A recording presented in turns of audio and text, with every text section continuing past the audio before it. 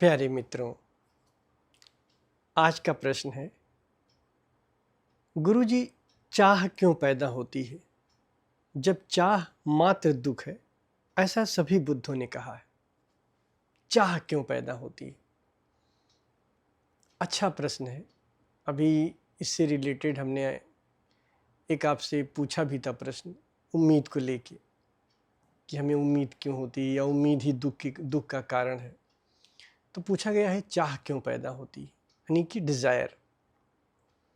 Desire क्यों पैदा होती है? कभी आपने सोचा है? फियर के कारण। अब फियर क्यों पैदा होती है? अनेक हम जीवन भर अपने को बचाते रहते हैं। एक डर होता है कि हम कहीं खुद को खो न दें। कुछ दिन पहले मैंने आपको बताया था कि परमात्मा ने हम सबको एक वरदान दे रखा है कि हम खुद को प्रेम करेंगे। तो हम चाहे अपने को रियल सेल्फ समझते हैं, चाहे फॉल्स सेल्फ समझते हैं, हम खुद को प्रेम करते हैं। तो जब हम खुद को प्रेम करते हैं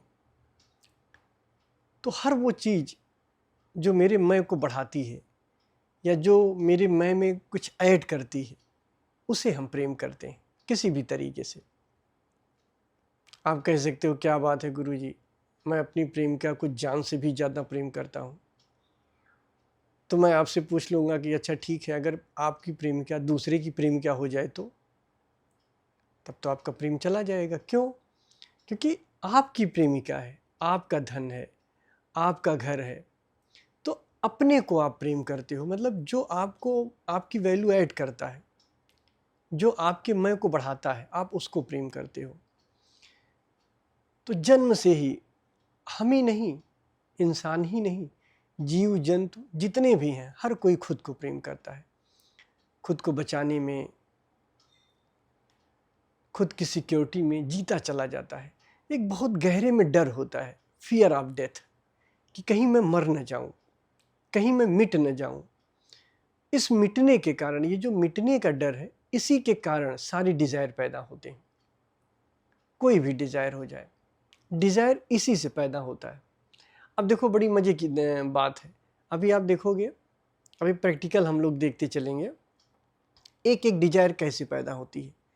जैसे मेन डिज़ायर हम लोग का देखते हैं कि हम लोग सुनते हैं, स्क्रिप्चर्स में सुनते हैं या बुद्धों ने बताया है, काम, क्रोध, मोह, लोभ, ये सब पैदा होती हैं। ये अलग अलग वासनाएं नहीं है, ये सब चाह के ही परिणाम है। ये जो भय है कि कहीं हम मिट न जाएं, कहीं हम अपने आप को खो न दें, इसी भय के कारण चाह पैदा होती है। अब देखो मजेदार बात, चाह ही जननी है।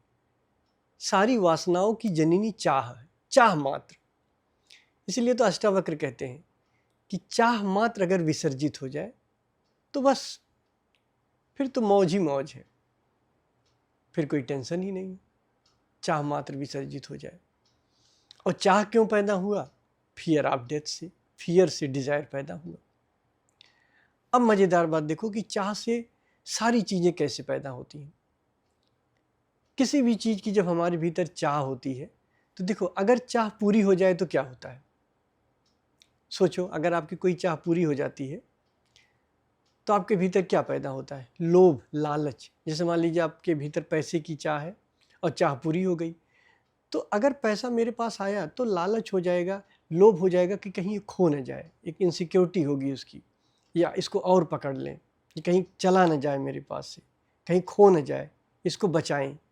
तो देखो, अगर चाह पूरी हो गई तो लोभ पैदा हुआ, यानी कि लालच पैदा हो गया। और अगर चाह नहीं पैदा हुई, अगर आप कोई भी चीज़ चाहो, पैसा ही नहीं, कुछ भी आप चाहते हो, चाह जब नहीं पूरी होती तो क्या होता है बताओ? क्रोध पैदा होता है। देखो ना, क्रोध कब आता है? ज़रा सोचो, आपके भीतर क्रोध कब कब आता है? जब कोई चाह नहीं पूरी होती तो क्रोध आता है। अब देखो, चाह से ही सारी चीज़ें कैसे पैदा हो रही है, काम, क्रोध, मोह, लोभ। यानी चाह नहीं पूरा हुआ तो क्रोध आ गया, चाह पूरा हो गया तो उसका लोभ आता है, उसकी लालच आती है कि यार जो पूरा हो गया, जो मेरे पास है उसको बचा लो। ठीक है, तो लोभ हो गया, क्रोध हो गया, मोह मोह कैसे आता है? लोभ से आता है। लोभ के कारण मोह पैदा हो जाता है कि अच्छा ठीक है, ये हमारा रहता, ये न जाने पाता। कोई भी हमारा कोई प्रिय मित्र हो, कुछ हो जिसे हम पाए या जो हमारे पास आया, या धन ही हो, तो अब उसकी जब सिक्योरिटी करते हैं, उसको हम अपने पास रोकने की कोशिश करते हैं, तो वहीं से लोभ पैदा होने लगता है। मतलब लोभ के कारण ही होता है। तो देख रहे हो कैसे कैसी चीज़ें आती चली जा रही, चाह मात्र से। फिर बचता है काम। काम का अर्थ होता है दूसरों के द्वारा सुख की इच्छा रखना, या जब हम किसी दूसरे के द्वारा अपनी सुख को चाहते हैं। तो हम क्यों सुख चाहते हैं? अपने लिए चाहते हैं ना, मेरे लिए, अपने के लिए, स्वयं को मजबूत करने के लिए, अपने मैं में कुछ ऐड हो जाए, है ना। अगर मेरा मैं ना हो, सोचो अगर मैं ही ना हूं, तो काम वासना मैं कहाँ चाहूँगा? अपने कारण चाहता हूँ ना, मैं पहले तो मैं होता हूँ ना, अपने लिए चाहता हूँ कि अगर किसी से मुझे सुख की प्राप्ति हो तो मुझे हो ना, मेरी वैल्यू ऐड हो। तो एक चाह के कारण ही, देखो चाह के कारण सारी चीज़ें आती चली गई, एक एक वासना पैदा होती चली गई। अब सवाल यह है कि अगर हम अपने रियल मैं को जान लेते हैं तो ही चाह खत्म होती है, नहीं तो चाह खत्म नहीं हो सकती। जब हम अपने रियल मैं को जान लेते हैं, अब रियल मैं को जानेंगे तो चाह खत्म होगी। तो आप कह सकते हो तो फिर आप चाह की बात क्यों करते हो? क्यों कहते हो कि चाह मात्र विसर्जित हो जाए? क्यों नहीं कहते हो कि रियल मैं को पालूं? तो भाई जहां आप हो वहीं से तो काम करोगे। आप कहाँ पे हो बताओ? आप चाह पे हो ना भाई, चाह पे तो आप हो ना। तो आप अपने काम चाह से ही तो शुरू करोगे। अगर ध्यान भी करोगे तो कहाँ से शुरू करोगे? चाह से शुरू करोगे। पहले चाह को पहचानोगे, उम्मीद को पहचानोगे, फिर इसको विसर्जित करोगे। जब विसर्जित करोगे तो पता चलेगा आप असली मैं की तरफ आ गए। अच्छा एक बात बताओ, जब आपको असली मैं मिल जाता है, रियल सेल्फ मिल जाता है, मान लीजिए किसी व्यक्ति का भय कब खत्म होगा? भय मतलब कि अपने व्यक्तित्व को खो देना। व्यक्तित्व खोने का मतलब मृत्यु जैसी स्थिति को हो जाना। तो अगर हमें मृत्यु का डर ही खत्म हो जाए, मतलब हम ऐसी अवस्था में आ जाएं जहां मौत का डर ही खत्म हो जाए, दुनिया में जितनी भी चाह पैदा होती, चाह मात्र जो पैदा होती है, वो फियर ऑफ डेथ, फियर के कारण खत्म होता है, मतलब पैदा होता है।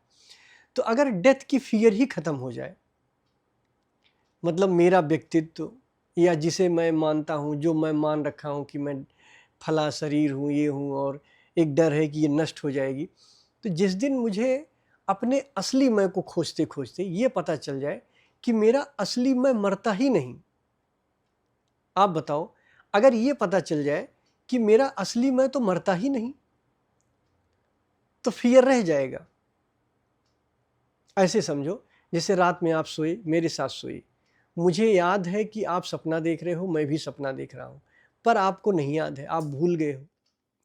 आपको नहीं पता है आप सपना देख रहे हो, लेकिन मुझे पता है आप सपना देख रहे हो। तो क्या मेरे भीतर फियर रहेगी? आपको अगर सपने में कोई बाघ आ रहा, दौड़ा रहा है, तो क्या जो डर आपके भीतर रहेगी वही डर मेरे भीतर भी रहेगी? बिल्कुल नहीं रहेगी, क्योंकि मुझे पता है कि मैं सपना देख रहा हूं, लेकिन आपको नहीं पता है कि आप सपना देख रहे हो। तो मुझे अपना रियल मैं पता है कि यार रियल मैं तो मेरा दूसरा है और मैं यहाँ सपना देख रहा हूँ, लेकिन आपको नहीं पता है। तो आप तो उसी मैं को अपना असली मैं मानोगे ना, तो परेशान हो जाओगे, क्योंकि आपको उस मैं को बचाना है और मुझे उस मैं को बचाना नहीं, क्योंकि रियल मेरा मैं कोई और है। तो जब ये पता चल जाता है कि मैं कौन हूँ, तो भय खत्म हो जाता है, और भय खत्म होते ही चाह खत्म हो जाती, डिजायर ही खत्म हो जाता है। अब अभय हो गए हैं। अब बताओ, जब आप ही हो, सिर्फ आप रह गए हो, आप क्या चाहोगे? आप पूरी ब्रह्मांड में जब आप अकेले हो, किससे चाहोगे? काम वासना, क्रोध, मोह, लोभ, किसके लिए? क्रोध किस पे करोगे? अब तो कोई चाह ही नहीं, और क्रोध क्यों करोगे? जब आप अकेले हो गए हो तो किससे क्रोध करोगे? तो जो कुछ भी होगा वो अभिनय मात्र होगा। तो एक अभय आ जाता है, एक पूरी तरीके से हम निडर हो जाते हैं, मतलब हमारा डर ही खत्म हो जाता है, अभय हो जाते हैं, हमारा भय ही मिट जाता है। कब? जब हम स्वयं को जान लेते हैं। और स्वयं को जानते ही, क्योंकि फियर ऑफ डेथ गई, और फियर ऑफ डेथ गई यानी कि अब मुझे अपने व्यक्तित्व को नहीं बचाना है, क्योंकि अब मुझे पता चल गया कि मेरा व्यक्तित्व तो कभी मरता ही नहीं। जो मेरा असली व्यक्तित्व है, जो मेरा असली होना है, जो मैं असली कॉन्शियसनेस को जाना हूं, जो मैं असली हूं, चेतना, वो तो कभी हट जाती ही नहीं। और जब जाती ही नहीं, वो नष्ट ही नहीं होती, तो फियर गया। और जब फियर गया तो डिजायर गई। अब डिजायर किस बात की? अब तो जो आन पड़ता है उसको कर लेता हूं, जो होता है वो हो जाने देता हूं। अब तो आनंद ही आनंद है। अब तो न कुछ, न तो काम रहा, न क्रोध रहा, न मोह रहा, न लोभ। भाई काम किस बात का, क्रोध किस बात का? अब तो चाह पूरी करने की जरूरत ही नहीं। जब चाह नहीं पूरी होती थी तो क्रोध आता था। अब तो चाह ही नहीं पूरा करना है।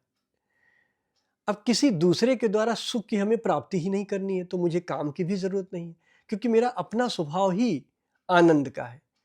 मैं जहां हूं वहां परम आनंद है, तो किसी दूसरे से मुझे आनंद ही नहीं पाना है, तो काम वासना गई। क्रोध गया क्योंकि कोई चाह नहीं पूरी करनी है।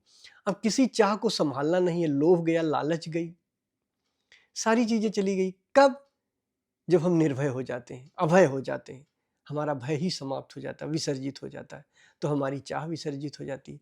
लेकिन चलना तो हमें चाह से है ना, क्योंकि आप चाह पे हो।